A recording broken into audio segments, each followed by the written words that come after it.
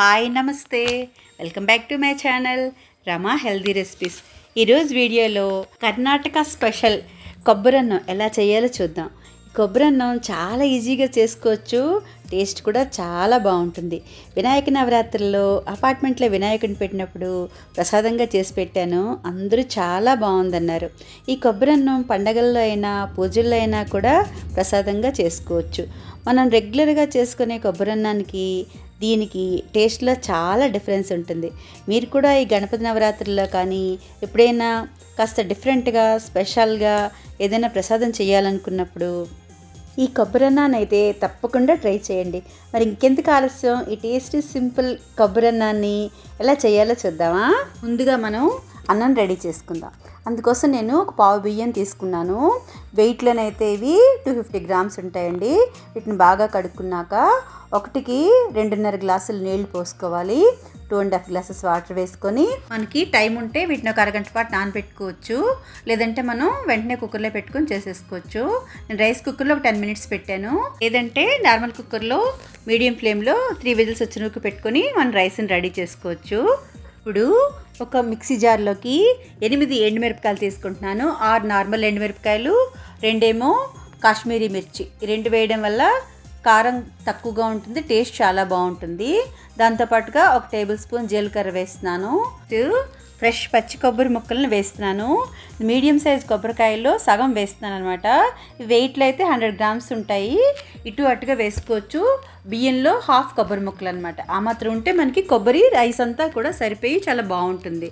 అందువల్ల 50 గ్రామ్స్ రైస్కి 100 గ్రామ్స్ కొంచెం పైన ఉండేటట్టుగా కొబ్బరి ముక్కలు వేస్తున్నాను. తర్వాత ఒక నిమ్మకాయ సైజ్ అంతా చింతపండు వేస్తున్నాను. తర్వాతని కరివేపాకు కొంచెం ఒక 3 రెబ్బల కరివేపాకుని ఫ్రెష్గా కట్ చేసి వేస్తున్నాను.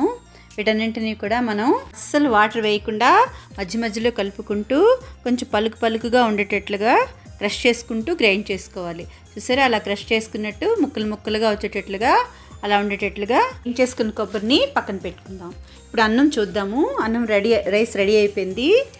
దీన్ని ఒక వెడల్పుగా ఉండే పళ్ళెల్లో కానీ బేసిన్లో కానీ చూసారా విడివిడిగా అలాగా పల్చగా విడివిడిగా చేసుకోవాలి.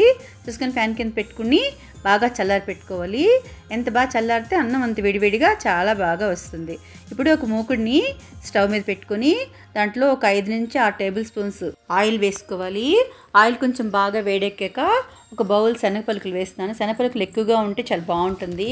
నేను నువ్వుల నూనె పెట్టానండి, అందువల్ల కొంచెం పొంగుతున్నట్టు ఉంటుంది. దీనివల్ల టేస్ట్ కూడా చాలా బాగుంటుంది. శనగపలుకులు బాగా హాఫ్ వరకు వేగిన తర్వాత అప్పుడు శనగపప్పు వేస్తున్నాను. 2 టేబుల్ స్పూన్స్ శనగపప్పు వేసుకున్న తర్వాత 1 టేబుల్ స్పూను మినపప్పు వేస్తున్నాను. మినపప్పు వేసుకున్న తర్వాత 1 టేబుల్ స్పూన్ ఆవాలు కూడా వేసుకొని వీటిని బాగా కలుపుకొని ఎర్రగా వేయించుకోవాలి. తర్వాత 1 హాఫ్ స్పూన్ ఇంగువ కూడా వేస్తున్నాను. ఇంగువ వేయడం వల్ల ఫ్లేవర్ చాలా బాగుంటుంది. ఇవన్నింటిని కూడా బాగా రెడ్గా మంచి కలర్ వచ్చేటట్లుగా వేయించుకోవాలి. కొంచెం బాగా ఎర్రగా వేగిన తర్వాతని అప్పుడు ఎండుమిర్చి ఒక 5-6 మిరపకాయలు వేసాను, ఎక్కువ వేయట్లేదు. ఒక 5 మిరపకాయలు ముక్కలు చేసి వేస్తున్నాను. తర్వాతని కొంచెం కలుపుకున్న తర్వాత కరివేపాకు ఒక బౌల్ వేసుకోవాలి. కరివేపాకు కూడా వేసుకొని బాగా కలుపుకున్న తర్వాతని కొంచెం వేగాక కొత్తిమీర కూడా ఒక బౌల్ వేసుకోవాలి. కొంచెం వేసుకొని వీటన్నింటినీ బాగా ఎర్రగా వేయించుకోవాలి. బాగా ఎర్రగా వేగిన తర్వాత అప్పుడు మనం గ్రైండ్ చేసి పక్కన పెట్టుకున్నాం కదా ఈ కొబ్బరిని అంతటిని ఇందులో వేసుకొని ఫ్లేమ్ని లో మీడియం ఫ్లేమ్లో పెట్టుకొని మధ్య మధ్యలో కలుపుకుంటూ కమ్మటి వాసన వచ్చే వరకు వేయించుకోవాలి. ఇప్పుడు 1 టేబుల్ స్పూన్ నెయ్యి కూడా వేస్తున్నాను. 1 టేబుల్ స్పూన్ నెయ్యి వేసుకొని బాగా కలుపుకొని కదా ఎక్కడ అడుగంటకుండా కమ్మగా ఎర్రగా వేయించుకోవాలి. ఇంట్లోని ఇప్పుడు పసుపు కూడా ఒక పావు స్పూన్ వేసుకోవాలి. కొంచెం అయితే సరిపోతుంది, జస్ట్ కలర్ గురించి కొంచెం పసుపు వేసుకొని బాగా కలుపుకొని ఎర్రగా వేయించుకోవాలి. మనమైతే కొబ్బరన్నంలో పచ్చిమిర్చి అల్లం వేస్తాం కదా, ఈ కొబ్బరన్నంలో అయితే అల్లం పచ్చిమిర్చి వేయరు. టేస్ట్ అయితే చాలా డిఫరెంట్గా చాలా బాగుంటుందండి. తప్పకుండా ట్రై చేయండి.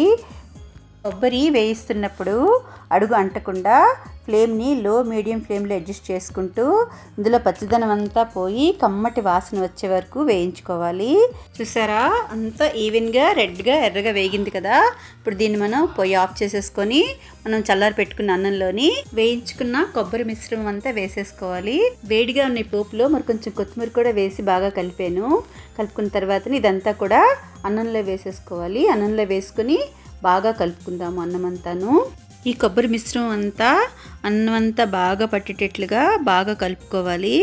దీంతో గరిటతోనైతే అంత బాగా కలవదండి, చేతితో కలుపుకుంటే మొత్తం అన్నం అంతా బాగా కలవాలి.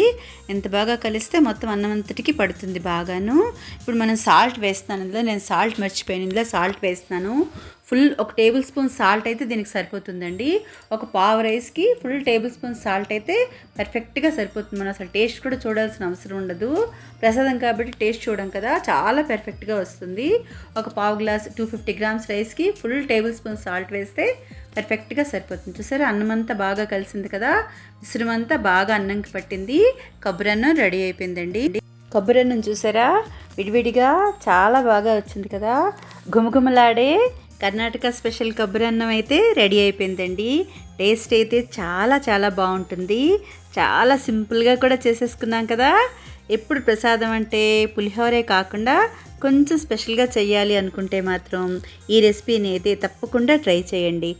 చాలా చాలా బాగుంటుంది. ట్రై చేసి మీకు టేస్ట్ ఎలా అనిపించిందో కామెంట్ రూపంలో తెలియచేయండి. మీకు వీడియో కనుక నచ్చినట్లయితే లైక్ చేయండి, మీ ఫ్రెండ్స్కి రిలేటివ్స్కి షేర్ చేయండి.